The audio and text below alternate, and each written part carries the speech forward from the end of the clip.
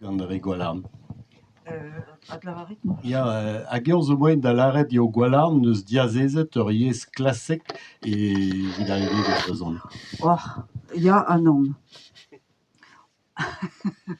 Peguir evit se, eret e vije bet unvan estol skrivernerion Gwalarn. Bon, ha deus diazezet o deus le negez ya a var an ol c'henadou le negel ar c'halbeza, c'hoariva, romantou, se eret distregarse raz, me a fin barzon iez, a bep seurt, un dra o deus ilezet, me oa ket tud ober un dal d'ar marese, peogwir ne oa ket a war a skridou, e oa skrid vernerez, me se zo deuet kouteze. Bon, bremañ, perag, petra, enfin, yezh klasel, se oa lavarit, ba, meg ar diez lavarout se, peogwir kaveriet ar skridou.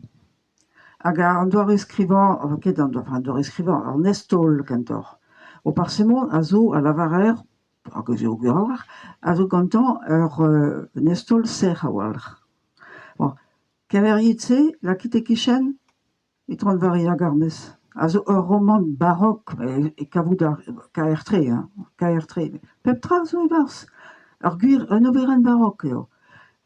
Nomen oe, idem, disavel diouz doare eo trezen, met, bon, ez eo un oberen barok ive, hag meneget meuz me a ven peogwir megav vez disonjet revu an ar plarse hag a zo meus tra pouezus, enfin eskredou, teod lem, ya, se zo sur ive, ma fin a-benn ar fin perak ket, hag soñjal a ran dreistol en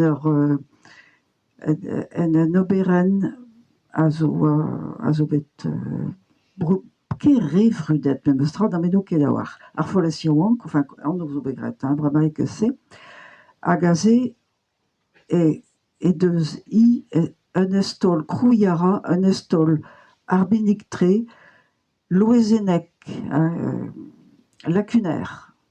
Den a oa ar wech e roazhon da bot aglen e komz en peus se, hag unan a lavar din, me er fin, en istor a gont, me evank ur bern pazenou.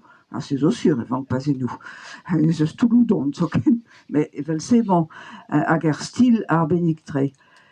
Hag a zo dispar, an oberan se zo dispar hag a din, an oberan veur eo d'an-meno. Ruvel penaos lavarout, o kemer epken ar skouerioù se, nebet an ezo, hag e vejitud hag emerel, ez eus bet diazezet a ze, un dra, un van, deus ket. Deus ket, hag a-benn ar fin gwell a ze evidomp. Da mazanj ez zo pinvidigez Gwalarn ie, just